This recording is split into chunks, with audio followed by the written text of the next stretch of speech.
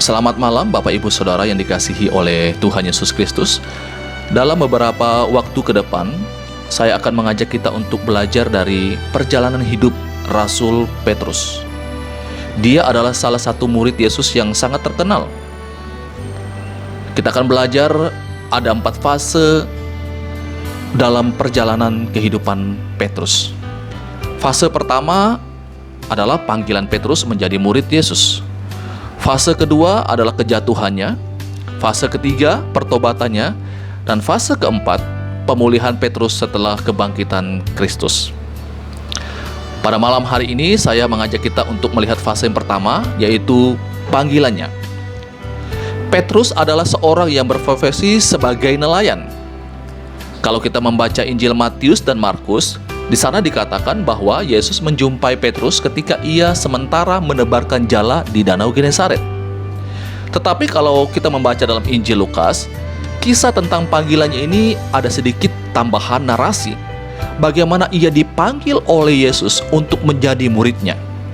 Dikatakan bahwa Yesus berdiri di pantai Danau Genesaret, sedang orang banyak mengerumuninya hendak mendengarkan firman Allah. Dan singkat cerita, Yesus menyuruh Petrus untuk bertolak sedikit jauh dari pantai dan ia duduk dan mulai mengajar orang banyak dari perahu.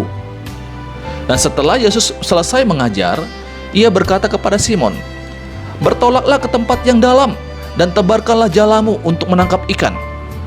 Awalnya, Petrus sedikit berargumentasi dengan Yesus, karena sudah semalaman mereka menjala tetapi tidak mendapatkan apa-apa. Tetapi menariknya adalah Petrus berkata, "Karena engkau yang menyuruhnya, aku akan menebarkan jala juga." Hal yang luar biasa terjadi. Mereka menangkap sejumlah besar ikan. Melihat akan hal ini, Petrus pun tersungkur di depan Yesus dan berkata, "Tuhan, pergilah daripadaku, karena aku ini seorang berdosa." Ini respon yang ditunjukkan oleh Petrus. Ia sadar bahwa ia adalah orang yang berdosa. Ia menyadari ketidaklayakannya berhadapan dengan Kristus. Dan disinilah Yesus memanggil Petrus untuk menjadi penjala manusia, menjadi muridnya. Ketika Yesus memanggil Petrus untuk mengikutinya, Bapak Ibu, menarik sekali, tidak ada janji berkat yang disampaikan kepada Petrus. Kalau kita melihat kisah Abraham dipanggil oleh Allah, Allah berjanji akan memberkati Abraham. Tetapi Petrus, kita tidak mendapati janji itu dalam panggilannya. Tetapi meskipun demikian, Petrus taat dan mengikuti Yesus dan menjadi muridnya. Bapak Ibu Saudara yang dikasihi oleh Tuhan Yesus Kristus, apa pelajaran yang kita bisa dapatkan dari panggilan Petrus ini? Yang pertama, Petrus taat kepada panggilan Yesus, meskipun tidak ada janji berkat yang menyertainya. Dan ini juga menjadi perenungan bagi kita pada hari ini. Apakah kita ikut Tuhan itu, taat kepada Tuhan itu kalau ada janji berkat? Bagaimana ketika tidak ada janji berkat Tuhan itu kepada kita? Apakah kita tetap taat mengikuti Dia? Hal yang kedua, Petrus adalah seorang yang sadar diri bahwa dia adalah orang yang berdosa dan tidak layak di hadapan Tuhan. Sikap seperti ini seharusnya ada pada diri kita sebagai pengikut Kristus. Selalu menyadari bahwa kita adalah orang yang sebenarnya tidak layak di hadapan Tuhan.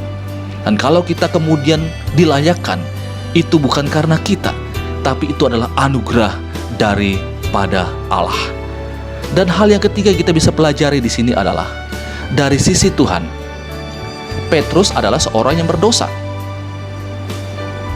Itu kita bisa lihat dari pengakuannya ketika dia berhadapan dengan Yesus. Dan sekarang menjadi pertanyaannya, mengapa kemudian Yesus memanggilnya menjadi muridnya? Apakah tidak ada orang lain selain Petrus pada waktu itu yang lebih hebat dan mungkin secara akademik lebih hebat daripada Petrus? Apakah Petrus satu-satunya orang yang layak pada waktu itu?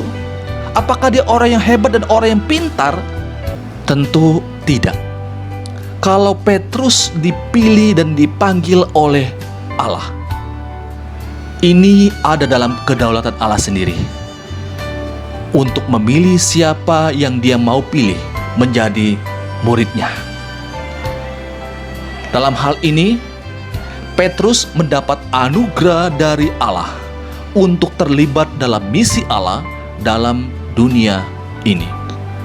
Bapak Ibu Saudara yang dikasihi oleh Tuhan Yesus Kristus, kita juga adalah orang-orang yang sebenarnya tidak layak di hadapan Tuhan.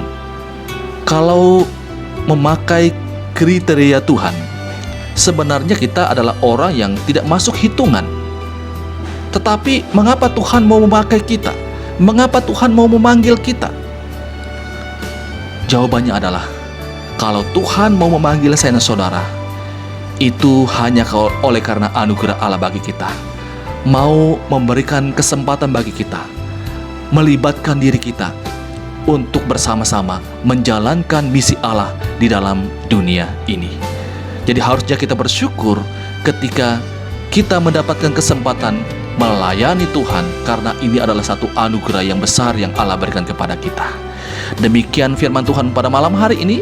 Selamat malam, Tuhan Yesus memberkati kita. Amin.